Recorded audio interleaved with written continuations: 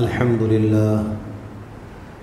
لله نحمده ونستعينه ونستغفره ونؤمن به ونتوكل عليه ونعوذ بالله من شرور أنفسنا ومن سيئات أعمالنا من يهده الله فلا مضل له ومن يضلله فلا هادي له ونشهد أن لا إله إلا الله وحده لا شريك له ونشهد أن سيدنا وحبيبنا ومولانا محمدا عبده ورسوله صلى الله تعالى عليه وعلى آله وصحبه وأزواجه وذريته وبارك وسلم تسليما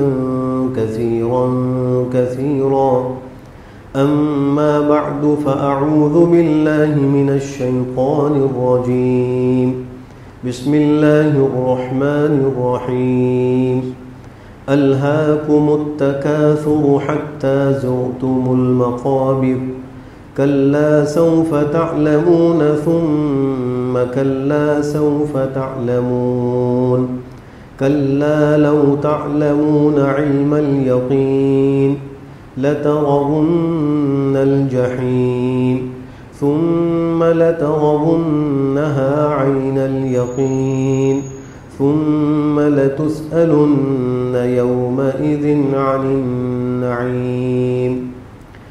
وعن عبد الله بن الشخير رضي الله تعالى عنه قال قال رسول الله صلى الله عليه وسلم يقول ابن آدم مالي مالي وهل لك من مالك إلا ما أكلت فأفنيت أو أمضيت أو تصدقت فأمضيت أو لبست فأبليت أو كما قال عليه الصلاة والسلام. وقال رسول الله صلى الله عليه وسلم لو كان لابن آدم واديا من ذهب أحب أن يكون له واديان ولن يملأ فاه إلا التراب ويتوب الله على من تاب.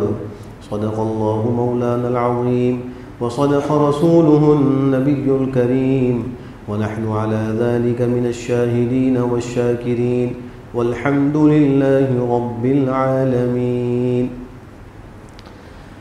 حضرات سامعین محترم اور برادران عزیز، قرآن کریم کی آخر کی وہ چھوٹی صورتیں جو اکثر ہم اپنی نمازوں میں تلاوت کرتے ہیں، اگر ہمیں ان کی تفسیر اور ان کے اسباق بھی معلوم ہو تو ہمیں اس تلاوت کے اندر ایک تاثیر دل کے اندر محسوس ہوگی اور ہمیں ایک عمل کا جذبہ پیدا ہوگا اور یہ خیال پیدا ہوگا کہ میں جو زبان سے پڑھ رہا ہوں یہ میرے پروردگار کا ارشاد ہے، وہ مجھ سے کیا چاہتے ہیں اور ان آیتوں کو ذکر کر کے وہ ہمیں کیا بتلانا چاہتے ہیں اور ہم سے کیا وہ عمل دیکھنا چاہتے ہیں.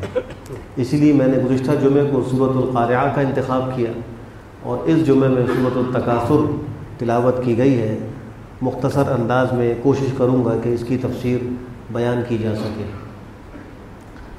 سورہ تکاثر کی فضیلت کے بارے میں ایک حدیث میں آتا ہے کہ سرکار دو عالم صلی اللہ تعالیٰ علیہ وآلہ وسلم نے ارشاد فرمایا کہ اے میرے صحابہ، کیا تم میں سے کوئی ایسا نہیں ہے جو ہر روز 1000 آیتیں پڑھ لیا کرے؟ کیا کسی کو اتنی ہمت ہے کہ وہ 1000 آیات روزانہ تلاوت کر لیا کرے؟ صحابہ نے عرض کیا کہ ہم میں کون اس کی طاقت رکھتا ہے؟ مصروفیات ہیں اور دیگر کام کاج ہیں، دیگر حقوق ہیں اور انسان کی اپنی کوئی ضروریات ہیں، ان سب کے ساتھ 1000 آیات کون پڑھ سکتا ہے؟ فرمایا سورہ تکاثر پڑھ لیا کرو، اس کے پڑھنے پر تمہیں 1000 آیات کے پڑھنے کا ثواب مل جائے گا. اب چند آیات ہیں، اگر ہم اس کا معمول بنا لیں آج سے کہ ہر روز دن میں 24 گھنٹے میں ایک دفعہ سورہ تکاثر پڑھ لیا کریں گے، اس کو دیکھ کر پڑھ لیں، زبانی پڑھ لیں، نوافل میں پڑھ لیں، اسی نیت سے پڑھ لیں کہ مجھے حدیث شریف کی روح سے جو 1000 آیات کا ثواب اس پر ارشاد کیا گیا ہے وہ حاصل ہو جائے، تو انشاءاللہ ہمیں ہر روز 1000 آیات کے پڑھنے کا ثواب مل جائے گا. حقیقت یہ ہے کہ اس دنیا میں جو بھی آیا ہے وہ جانے کے لیے آیا ہے. کوئی بھی اس دنیا میں ہمیشہ رہنے کے لیے نہیں آیا. اور اس حقیقت کو قرآن کریم میں اللہ نے جا بجا ارشاد فرمایا کہ کل من علیہا فان وَيَبْقَى وَجْهُ رَبِّكَ ذُو الْجَلَالِ وَالْإِكْرَامِ، اس روئے زمین پر جتنے بھی لوگ ہیں ان سب کو فنا لاحق ہوگی، وہ سب فنا ہونے والے ہیں، اپنے اپنے وقت پر ہر ایک نے ختم ہو جانا۔ باقی رہنے والی ذات جو ہے وہ صرف اکیلے اللہ کی ہے، جو ذو الجلال والاکرام ہے، وہی ہمیشہ سے ہے، ہمیشہ رہے گا۔ تو انسان یا دیگر جتنی بھی مخلوقات ان سب کو فنا ہونا ہے۔ ایک اور مقام پر اللہ فرماتے ہیں کل شیء ہالک الا وجہہ، ہر چیز ہلاک ہونے والی ہے۔ اس میں اور زیادہ عموم کر دیا، پہلے تو فرمایا کہ جتنے لوگ زمین پر ہیں کل من علیہا فان، یہ اس میں اتنی تعمیم نہیں تھی کہ زمین پر جتنے ہیں سب فنا ہونے والے ہیں، لیکن دوسری آیت میں اور تعمیم کر دی کہ کل شیء، شیء کا اطلاق جاندار پر بھی ہوتا ہے، غیر جاندار پر بھی ہوتا ہے، جامد پر بھی ہوتا ہے، نباتات پر بھی ہوتا ہے، ہر چیز۔ ما سوى اللہ، اللہ کے سوا جتنی چیزیں ہیں، چاہے وہ مخلوق کے قبیل سے ہو، چاہے وہ نباتات جمادات کے قبیل سے ہو، کوئی بھی چیز ہو، ذرات ہو، حشرات ہو، چوپائے جانور ہو، ان سب نے ہلاک ہونا ہے۔ یہ ایک حقیقت ہے سوائے اللہ کی ذات کی۔ جس طرح یہ ایک حقیقت ہے، اس طرح یہ بھی ایک حقیقت ہے کہ کسی کو اپنی موت کا وقت معلوم نہیں ہے کہ اس چیز کی موت کب آئے گی، یا میری موت کب ہوگی، یا کسی انسان کی موت کب ہوگی، اس کو بھی کوئی نہیں جانتا۔ یہ دو ایسی مسلمہ حقیقت ہے کہ دنیا میں اس کا کوئی بھی آپ کو منکر نظر نہیں آئے گا، چاہے وہ کسی بھی مسلک و مذہب سے تعلق رکھتا ہو، اس کا وہ انکار نہیں کرے گا، مشرک ہو، مجوسی ہو، یہودی ہو، نصرانی ہو، عیسائی ہو، کوئی بھی ہو، مسلمان ہو۔ آپ اس سے پوچھیں کہ اس دنیا میں ہمیشہ رہو گے، جواب آئے گا کہ نہیں، مرنا ہے۔ پھر پوچھیں کب مرنا ہے، جی پتہ نہیں۔ اس سائنس کی ترقی کے باوجود بھی کسی آلے سے کوئی یہ معلوم نہیں کر سکتا کہ یہ مرے، بلکہ ہم دنیا میں اللہ کی قدرت یوں دیکھتے ہیں کہ بہت سے بیماروں کے بارے میں ڈاکٹر کہتے ہیں کہ علاج ہو گیا۔ اب ہماری سائنس کے مطابق میڈیکل سائنس یہ کہتی ہے بچے گا نہیں، لیکن اللہ اس کو بچا لیتے ہیں۔ اور بعض ایسے ہوتے ہیں کہ میڈیکل سائنس کے مطابق بالکل فٹ ہے، لیکن خبر آتی ہے کہ اس کا انتقال ہو گیا۔ یہ اللہ حقیقتیں دکھلاتا ہے کہ انسان کو نہیں پتہ، اس کو یہ معلوم ہے کہ موت آنی ہے، لیکن کب مرنا یہ نہیں پتہ۔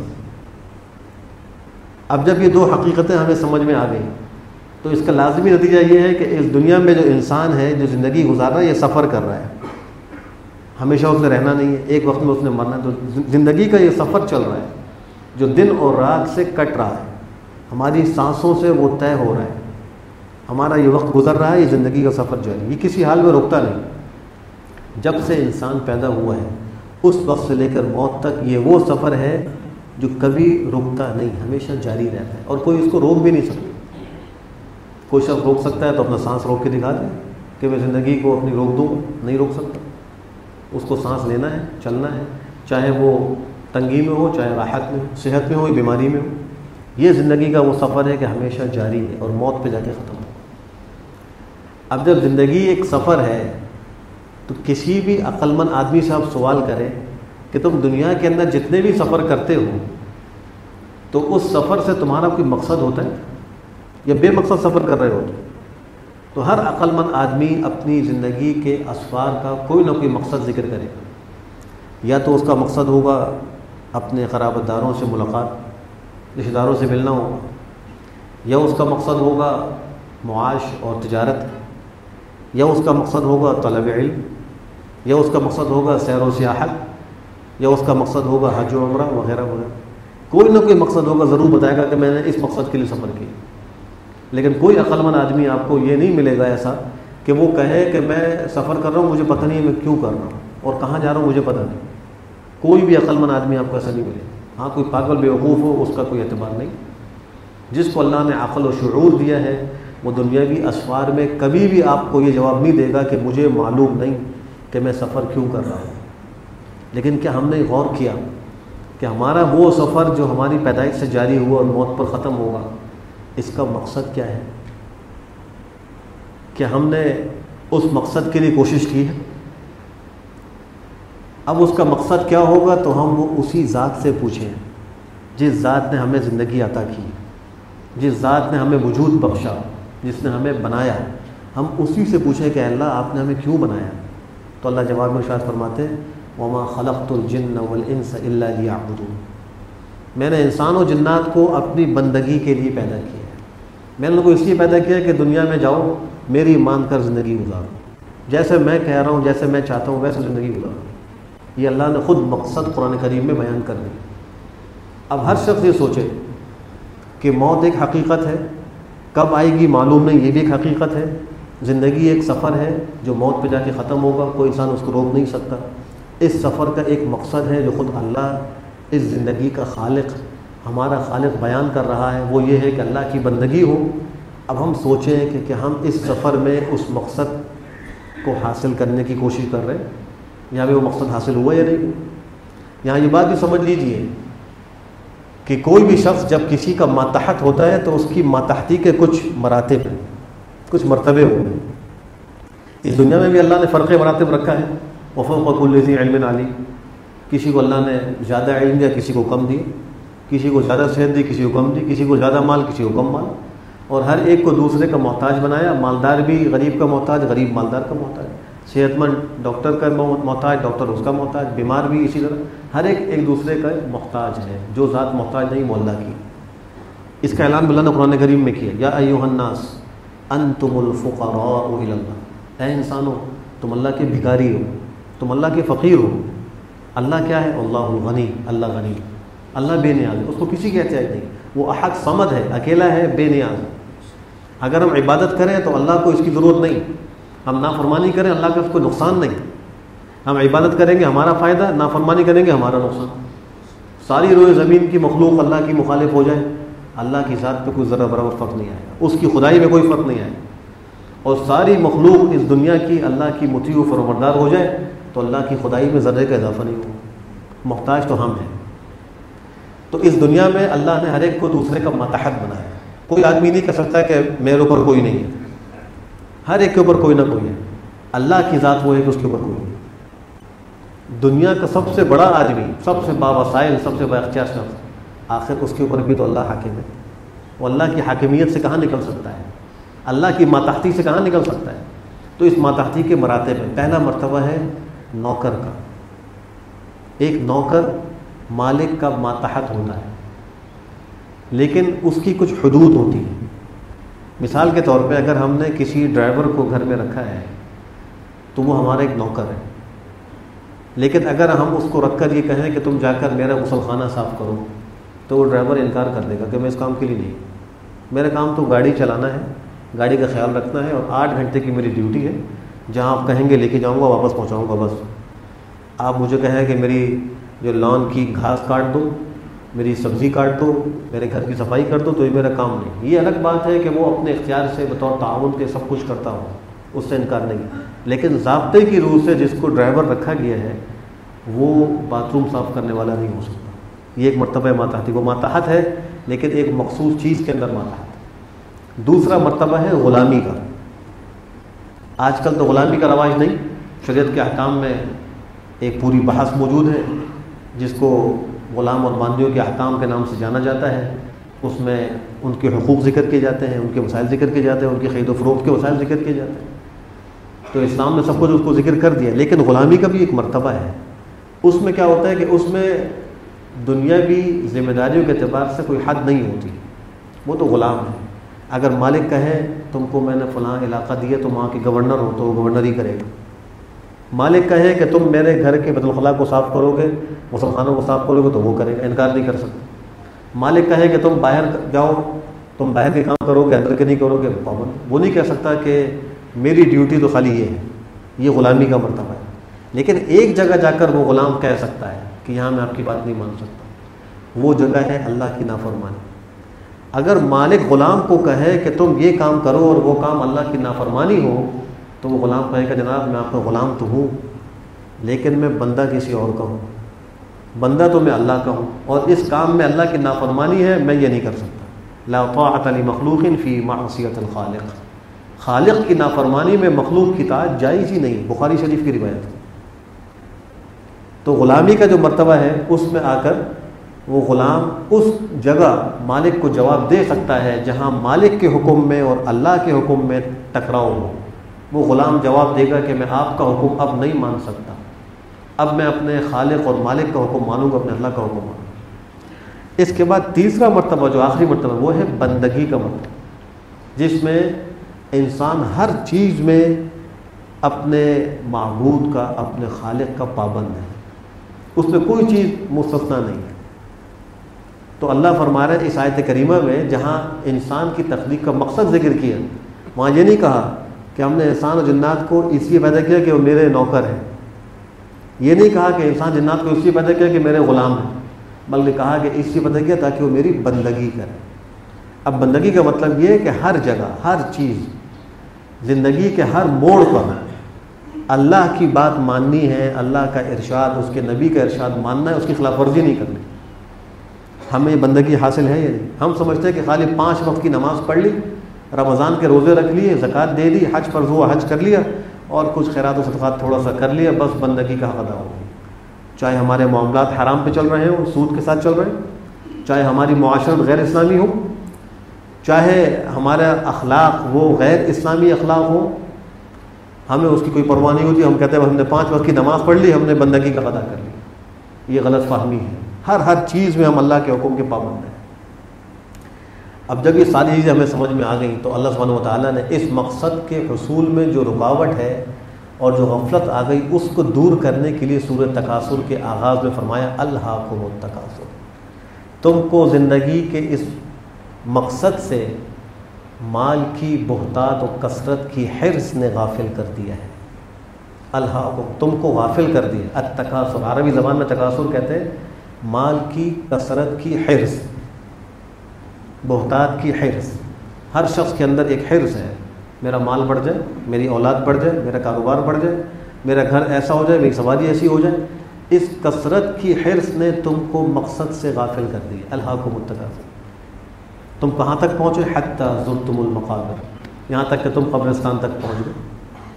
قبرستان تک پہنچنے کا مطلب موت، یہاں تک تم موت تک پہنچ گئے۔ زندگی بھر تکاثر میں مبتلا رہے، مال کی حرص اور اس کے بڑھانے کی حرص نے تم کو مقصد سے غافل رکھا، یہاں تک کہ تم موت کے دہانے پر پہنچ گئے اور تمہیں موت کا پیالہ پینا پڑا۔ اب تم حسرت کر رہے۔ کلا سوف تعلمون، یہ کلا ایک تنبیہ کا حرف ہے، ہرگز نہیں، یعنی دنیا دل لگانے کی ہرگز جگہ نہیں، آخرت غفلت کی چیز نہیں، ہرگز اس میں۔ کلا سوف تعلمون، ان قریب تم جان لو گے، ان قریب تم اس حقیقت کو جان لو گے۔ لیکن جب وہاں جانو گے تو فائدہ کیا؟ عمل کا وقت تو گزر گیا۔ موت کے آتے ہی انسان جان جائے گا کہ میں نے زندگی کا مقصد حاصل کیا یا نہیں کیا، میں زندگی کے مقصد میں کامیاب یا ناکام، وہ فوراً موت کے بعد پہچان لے۔ لیکن اس پہچاننے کا اس دنیا میں کیا فائدہ ہو رہا ہے؟ اللہ نے اس لیے پہلے ہی بتلا دیا، کلا سوف تعلمون، پھر اس پہ اکتفا نہیں کر، ثم کلا سوف تعلمون، پھر میدان حشر میں ہرگز نہیں، تم ضرور جان لو گے۔ یہ 2 دفعہ فرمایا، تاکید کے لیے فرمایا کہ ایک دفعہ ہر شخص موت کا گھونٹ پیتے ہی اس حقیقت کو جان لیتا ہے کہ اس دنیا میں کیوں آیا تھا اور میں اس مقصد میں کامیاب ہوا یا نہیں ہوا، اور دوبارہ جب قیامت میں حشر میں اللہ کے سامنے جمع ہوگا تو اس وقت بھی وہ پہچان لے گا۔ لیکن ان دونوں مواقع پر کیا انسان کو اس حقیقت کا جاننا فائدہ دے گا؟ ہرگز نہیں۔ اس وقت حسرت فائدہ دے گی؟ ہرگز نہیں۔ یہ ابھی موقع ہے، ہم اس صورت کو پڑھیں اور ہمارے دل کے تار نہ ہلیں، ہم اس صورت کو نمازوں میں سنیں اور ہمارے اندر جذبہ پیدا نہ ہو کہ میں کس رخ پہ جا رہا ہوں، میری محنت کہاں جا رہی ہے۔ ہم ذرا اپنے 24 گھنٹے کی زندگی کا تجزیہ کریں۔ ہم جب صبح اٹھتے ہیں اگلی صبح تک ہماری سوچ کیا ہوتی ہے اور ہمارے اعمال کیا ہوتے ہیں۔ ہر شخص اپنا ایک جو ہے وہ حساب بنائے اور اس میں دیکھے کہ میں نے کتنے کام اور میں نے کتنے خیال اپنے مقصد اصلی کے لیے کیے ہیں اور کتنے کام میں نے اس کے خلاف کیے، تو فوراً اس کو حساب لگانا آسان ہو جائے گا۔ اس لیے تو کہا گیا حاسبوا قبل ان تحاسبوا، اپنا حساب کر لیا کرو قبل اس کے تمہارا حساب لیا جائے، پہلے ہی اپنا حساب کر لو۔ دنیا کے معاملات کے اندر بھی جو شخص اپنی بیلنس شیٹ کو بالکل اپڈیٹ رکھتا ہے، ڈیبٹ اور کریڈٹ کا معاملہ بالکل سیٹ رکھتا ہے، تو وہ شخص دنیا میں نقصان نہیں اٹھاتا۔ جو اس سے غافل ہوتا ہے، کبھی وہ ٹیکس کے مسائل میں پھنستا ہے، کبھی جو ہے کسی مقدمہ میں پھنستا ہے، کبھی اور کسی مشکل میں پھنستا ہے، پریشان ہی رہتا ہے۔ بالکل ایسے ہی جو آخرت کی بیلنس شیٹ ہے، جو شخص اس کا خیال رکھے اور اس کو ہر روز کے مطابق دیکھتا رہے کہ میں نے کیا کیا، مجھے کیا کرنا چاہیے تھا، تو جس دن اس کی موت کا وقت ہوگا تو اس کو حسرت نہیں ہوگی، اس دن وہ بڑا خوش ہوگا۔ پیغمبر علیہ السلام کو یہی مقام حاصل تھا، ان کی صحبت کی برکت سے صحابہ کو یہ مقام حاصل تھا۔ جب بھی وہ کیا کہتے تھے، فزت ورب الکعبہ، تیر کھا رہے ہوتے تھے، نیزہ کھاتے تھے، کہتے تھے فزت ورب الکعبہ، رب کعبہ کی قسم میں تو کامیاب ہو گئے۔ یہ کیوں کہتے تھے؟ کہ ان کی بیلنس شیٹ بالکل صحیح تھی۔ اور جب موت کا وقت قریب ہوتا ہے وہ کیا کہتے ہیں، بخن بخن غدا نلقى الاحبہ محمدا وحزبہ، مبارک مبارک، بڑا مزہ آ گیا، کل ہم اپنے محبوب سے ملیں گے، اپنے نبی سے ملاقات کریں گے اور ان کی جماعت کے لوگوں صحابہ سے ملاقات کریں گے۔ یہ منہ پہ کلمات ہے موت کے وقت۔ اور ایک وہ شخص بھی ہے جو موت کو کہے گا، یا ویلتا لیتنی لم اتخذ فلانا خلیلا، یا حسرتا، وہ کہے گا ہائے حسرت، ہائے کاش میں نے فلاں کو دوست نہ بنایا ہوتا، ہائے کاش میں نے زندگی کے مقصد کو حاصل کرنے کی فکر کی ہوتی، ہائے حسرت جو میں نے زیادتیاں کر لی، کاش کہ مجھے اس وقت کوئی توبہ کی توفیق ہو جاتی۔ اس ہائے اور وائے سے اب کیا ہونا ہے؟ تو اس لیے ہم اپنی اس بیلنس شیٹ کو توجہ کے ساتھ مینٹین کریں کہ ہم کیا کر رہے ہیں۔ دنیا کے معاملات میں بڑے ہوشیار ہوتے ہیں، اس لیے کہ ہمیں پتہ ہوتا ہے کہ FBR نے فوراً نوٹس بھیج دینا ہے، تو وہاں ہم وکیل بھی رکھتے ہیں اور ملازم بھی رکھتے ہیں، بھائی میرے حساب کتاب کو صحیح رکھو تاکہ مجھے نقصان نہ ہو۔ تو آخرت کے لیے ہم نے کوئی وکیل نہیں رکھا، ہم خود نگران نہیں بنے۔ اللہ سے بڑا حساب دینے والا کون ہے؟ یہاں تو پھر بھی انسان کچھ نہ کچھ کر کے بچ جاتا ہے اور اپنے معاملات کو الٹا سیدھا کر کے سیٹ کر لیتا ہے۔ وہاں تو کوئی جھوٹ نہیں چلے گا، وہاں تو کچھ چھپا نہیں سکیں گے، وہاں تو کوئی آ کے اللہ کے اس قہر سے غضب سے بچا نہیں سکتا۔ تو ہم نے اسی کتنی فکر کی، کلا سوف تعلمون ثم کلا سوف تعلمون کلا لو تعلمون علم الیقین، اللہ فرماتا ہے ہرگز نہیں، اگر تم جان لیتے علم الیقین، علم یقین کو جان لیتے۔ علماء نے لکھا ہے کہ علم کے مختلف درجات ہیں، ایک درجہ ہے علم الیقین کا، ایک درجہ ہے عین الیقین کا، اور ایک درجہ ہے حق الیقین۔ یہ تین درجے ہیں، علم الیقین، عین الیقین، حق الیقین۔ اس کو مثال سے سمجھ لیجئے، اگر ایک شخص ہے وہ دریا پہ جا رہا ہے تو اس کو یہ تو معلوم ہے کہ فلاں جگہ ایک دریا ہے، تو یہ مطلق ایک علم ہے، لیکن جب وہ دریا کے قریب پہنچ جائے اور اس کو اپنی آنکھ سے دیکھ لے، یہ علم الیقین ہے۔ اس لیے کہ انسان کو اپنی آنکھ سے یقین کا علم حاصل ہوتا ہے۔ لیس الخبر کالمعاینہ، پیغمبر کا ارشاد ہے کہ آنکھوں دیکھا سنے ہوئے کے برابر نہیں ہو سکتا۔ پہلے اس نے سنا ہوا تھا کہ دریا فلاں جگہ ہے، لیکن اب جا کے اس نے معائنہ کر لیا تو یہ اس سنے ہوئے کے برابر نہیں ہے، اس سے آگے کا مرتبہ ہے، اس کو علم الیقین حاصل ہو گیا۔ اب اس نے آگے بڑھ کر کنارے پہ بالکل پہنچ کے اس دریا کے پانی سے چلو لیا اور اس کو پی لیا، یہ عین الیقین ہے۔ اس کا مرتبہ علم الیقین سے ایک گنا اور آگے ہے۔ ابھی تو آنکھ سے دیکھا تھا، اب اس نے ہاتھ سے اس کو محسوس کر لیا۔ اس سے آگے کا ایک اور مرتبہ ہے، وہ ہے حق الیقین۔ وہ یہ ہے کہ وہ لنگی باندھ کر یا ٹراؤزر پہن کر اس دریا میں غوطہ زن ہو جائے، اندر چلا جائے، اب وہ اندر تیر رہا ہے، نہا رہا ہے اور اس دریا کے پانی میں لطف اندوز ہو رہا ہے، یہ حق الیقین۔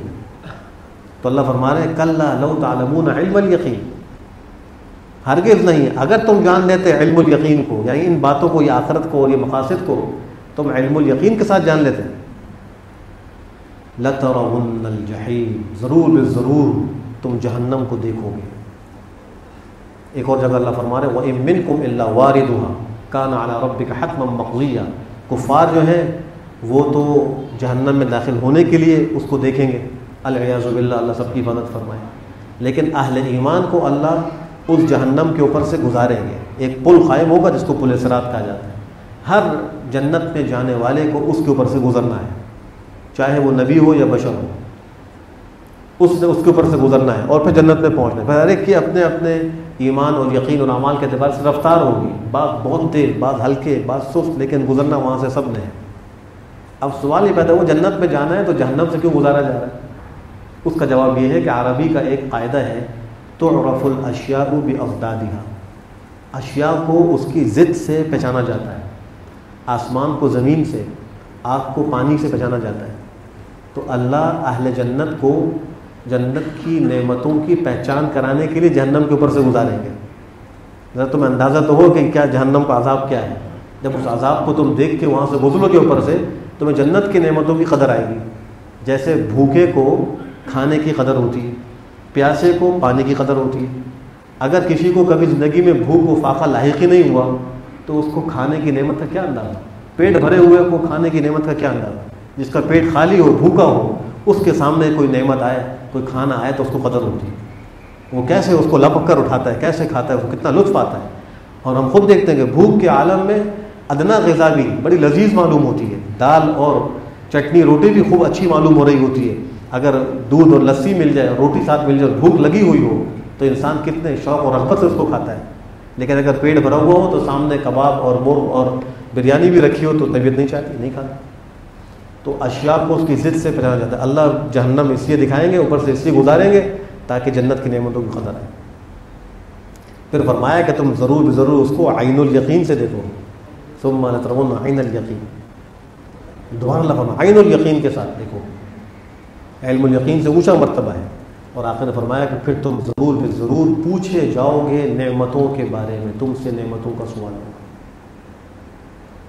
میں نے جو خطبے میں حدیث شریف تلاوت کی، حضرت عبداللہ ابن شخیر رحمہ اللہ فرماتے ہیں کہ ایک دفعہ میں سرکار دو عالم صلی اللہ تعالیٰ علیہ وسلم کی خدمت میں حاضر ہوا تو آپ نے سورہ تکاثر پڑھی، یہی سورہ جو میں نے بھی تلاوت کی، آپ نے تلاوت کی.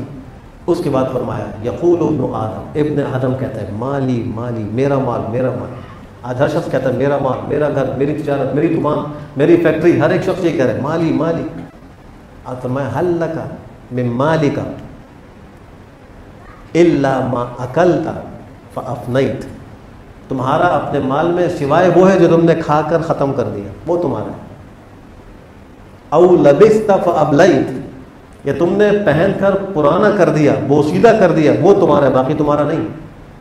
او تصدقت فامضیت، تم نے اللہ کے راستے میں صدقہ کر کے اس کو ہمیشہ کے لیے باقی رکھ دیا، وہ تمہارا ہے، باقی تمہارا کوئی نہیں. اور ایک اور روایت نے فرمایا کہ اس کے ماں سوا جتنا بھی ہے ذاہب، وہ جانے والا ہے، ختم ہونے والا ہے، اس کے وارث تو اور لوگ بننے والے ہیں، تمہارا کیا ہے. تو ایک حقیقت بتلائی کہ اس دنیا میں انسان جو مالی مالی کہتا ہے نا، اس کا کچھ نہیں ہے سوائے ان تین چیزوں کے، جو اس نے کھا کر ختم کر لیا، جو پہن کر بوسیدہ کر دیا، جو اللہ کے راستے میں دے کر ہمیشہ کے لیے اس کو امر کر دیا. اس کے علاوہ اس کا کچھ نہیں ہے. جو ہے وہ اس کی ملک سے نکلنے والا ہے اور اس کے وارثوں کو ملنے والا ہے. نعمتوں کے بارے میں سوال ہوگا، مال کے بارے میں سوال. ایک حدیث میں آپ نے فرمایا کہ انسان سے سب سے پہلے آخرت میں جو سوال ہوگا نا، وہ دو چیزوں کا ہوگا. عجیب و غریب دو چیز، ہمیں اس کی توجہ بھی نہیں اس طرف کبھی. ایک ہوگا صحت کے بارے میں سوال، تم کو صحت دی تھی، اس نعمت کو تم نے کہاں خرچ کیا. آج انسان اپنی صحت کو نافرمانی میں برباد کر رہا ہے. نوجوان گناہوں میں اپنی جوانیوں کو ضائع کر رہے ہیں. انسان اپنی صلاحیتوں کو، صحت کو، آنکھ کان، ان نعمتوں کو اللہ کی نافرمانی میں ضائع کر رہا ہے. اور سمجھتا ہے مجھے کوئی پوچھنے والا نہیں. پہلا سوال ہی یہ ہونا ہے آخرت میں اللہ پوچھیں گے نعمتوں کے بارے میں، جب صحت دی تھی کیا کیا. اور ٹھنڈے پانی کے بارے میں سوال، ٹھنڈا پانی تم نے پیا تھا، اس نعمت کا تم نے کیا حق ادا کیا. ہم آج ٹھنڈا پانی پیتے ہیں اور الحمدللہ بھی نہیں پڑھتے. اور قرآن کریم میں اللہ نے چند نعمتوں کا ذکر کیا کہ ان کے بارے میں ضرور پوچھو گی. ان السمع والبصر والفؤاد کل اولئک کان عنہ مسئولا. یہ کان، یہ آنکھ، یہ دل، ان کے بارے میں پوچھو گی، سوال کا جواب دینا ہوگا. ایک حدیث میں آتا ہے کہ ایک دفعہ حضرات شیخین حضرت صدیق اکبر رضی اللہ تعالیٰ عنہ، حضرت فاروق اعظم رضی اللہ تعالیٰ عنہ، دونوں جو ہے ایک جگہ بیٹھے ہوئے تھے. پہلے صدیق اکبر تشریف لائے، بیٹھے ہوئے تھے. فاروق اعظم حاضر ہو گئے کہ ابو بکر کیوں بیٹھے ہو؟ کہا سوائے بھوک کے کسی چیز نے گھر سے باہر نہیں نکالا. بھوک تھی، گھر میں کھانے کو نہیں تھا، اس بھوک سے بےتاب ہو کر گھر سے باہر نکلا. فاروق اعظم سے پوچھا تم کیسے آئے؟ انہوں نے کہا کہ مجھے بھی سوائے بھوک کے کسی چیز نے گھر سے باہر نہیں نکالا. یہ وہ حضرات ہیں جن کی سنت پر عمل کرنے کا پیغمبر حکم فرما رہے ہیں. علیکم بسنتی وسنت الخلفاء الراشدین المہدیین عضوا علیہا بالنواجذ اصحابی کالنجوم فبأیہم اقتدیتم اہتدیتم. ان کا حال دیکھیے، ان کو بھوک اور کھانے کی حاجت گھر سے باہر نکال رہی ہے. کچھ دیر میں سرکار دو عالم صلی اللہ علیہ وآلہ وسلم تشریف لائے. پوچھا ابو بکر کیوں باہر بیٹھے ہو؟ کہا سوائے بھوک کے کسی نے باہر نہیں نکالا. عمر کیوں بیٹھے ہو؟ سوائے بھوک کے کسی چیز نے باہر نہیں نکالا. آپ نے فرمایا مجھے بھی بھوک نے باہر نکالا ہے اور کسی نے باہر نہیں نکالا. آج ہم نعمتیں کھا کر ان نعمتوں کو کتنا ضائع کر رہے ہیں. ہماری دعوتوں میں کیا حال ہے, ہمارے ہوٹلوں میں کیا حال ہے, پلیٹ میں کتنا کھانا ہم بچاتے ہیں. دعوت کے اندر بوفہ جیسے ہی کھلتا ہے ایسے دوڑتے ہیں اور لپکتے ہیں جیسے ہم کئی مہینوں سے کھانا نہیں کھایا. اچھے خاصے لوگ پلیٹ میں ایسے بھر کے لے کر آتے ہیں, تھوڑا سا کھایا اور اس کو ایسا چھوڑتے ہیں کہ قابل استعمال نہیں رہتا. نتیجہ کیا ہے کہ وہی کھانا کوڑے دانوں کے اندر روڈوں پر باہر بکھر جاتا ہے. اندازہ لگائیے کہ اس خوراک نے ہمارے نبی کو گھر سے باہر نکالا تھا, کھانے کو نہیں تھا. کل ان کو کیا منہ دکھائیں گے؟ پیغمبر کے صحابہ وہ بھوک سے لاچار اور گھر سے باہر نکل رہے ہیں. آپ نے چلو میرے ایک انصاری صحابی کے پاس چلتے ہیں. تینوں چلے گئے. حضرت ابو الہیثم ایک انصاری صحابی وہاں تشریف لے گئے. تینوں حضرات جب وہاں پہنچے گھر پہ نہیں تھے, ان کی اہلیہ تھی. انہوں نے کہا مرحبا مرحبا, آج تو میری قسمت جاگ گئی, ایسے معزز مہمان میرے گھر, اللہ کا نبی اور ابو بکر صدیق, عمر فاروق, یہ حضرات میرے گھر آئے ہیں, میری تو قسمت جاگ گئی ہے. فوراً باغ کے اندر ان کے بٹھانے کا انتظام کیا اور کہا کہ ابو الہیثم جو ہے میٹھا پانی لینے کے لیے گئے ہیں. وہ گئی اور گھر سے انہوں نے کچھ جو ہے وہ پھل جو موجود تھا, کھجور, وہ لا کر پیش کیا, کچھ کھانا وہ پیش کیا. اتنے میں ابو الہیثم آگے انہوں نے بکری کا بچہ ذبح کیا, اس کو بنایا اور کھایا. آپ سب حضرات نے وہ پھل بھی کھائے اور وہ کھانا بھی کھایا. اور اس کے بعد پیغمبر نے کیا فرمایا, اے ابو بکر و عمر لَتُسْأَلُنَّ يَوْمَئِذٍ عَنِ النَّعِيمِ, تم سے نعمتوں کے بارے میں پوچھ ہوگی. نعمتیں تم نے کھا لی, پانی ٹھنڈا پی لیا, کھانا کھا لیا, کھجور کھا لی, اب تم سے پوچھ ہوگی تم نے اس کا کیا حق ادا کیا, شکر ادا کیا نہیں کیا. آج ہم سورۃ تکاثر پڑھیں اور پھر نعمتوں کو ضائع کریں, خدا کے لیے اپنے طرز عمل پہ غور کریں. ہم سورۃ تکاثر پڑھیں اور مال کی حرص میں آخرت سے غافل ہو جائیں, خدا کے لیے اس پہ ہم غور کریں, ہم کس رخ پہ جا رہے ہیں. اللہ ہم سب کو اپنے مقصد اصلی کی طرف لوٹنے کی توفیق نصیب فرمائے. وآخر دعوانا الحمد للہ رب العالمین.